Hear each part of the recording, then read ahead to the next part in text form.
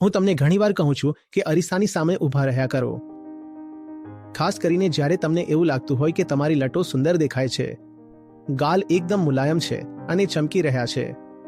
હા, શું આ જ શરીરનું સત્ય છે? તમને મૃત્યુ કેમ દેખાતો નથી? તમે તમારા શરીરની અંદર એ બધું લઈને ફરી રહ્યા છો જે એક દિવસ ધુકરીને સળગી જશે. હાડ જલે જ્યું લાકડી, કેસ જલે જ્યું ઘાસ, સબ જગ જલતા દેખ કર ભયે કબીર ઉદાસ. અર્થી એ તમારું છેલ્લું સલૂન છે. શું તમે નથી જોતા કે ત્યાં કેટલું શૃંગાર કરીને લઈ જવામાં આવે છે?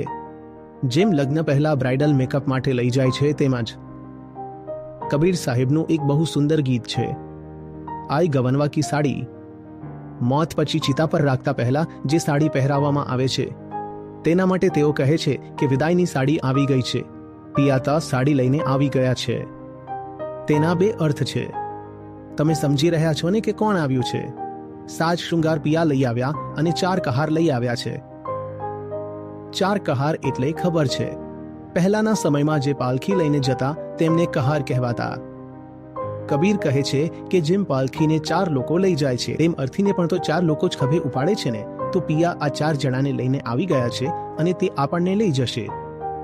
આપણી આદતનો હિસ્સો હોવો જોઈએ કે આપણે મૃત્યુને સતત જોતા રહીએ. તેની કોયડટી સિક્રેટની જેમ દબાવવું કે છુપાવવું શા માટે? સ્ત્રીઓ માટે તો એ વધુ જરૂરી છે કે તેઓ સતત મૃત્યુને યાદ રાખે.